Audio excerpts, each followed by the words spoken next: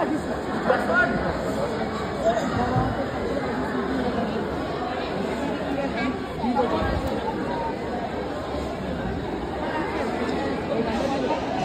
হবে কিছুক্ষণ পরে। আমি এখানে কেউ গান গাইতে পারেন? অভিভাবক বা স্টুডেন্ট কে গাবে? কে আছে? কেউ কোনো কবিতা? কে সামনে চলে আসো, আসো। লটারি ড্র হবে, যারা লটারি কিনেছো চলে আসো।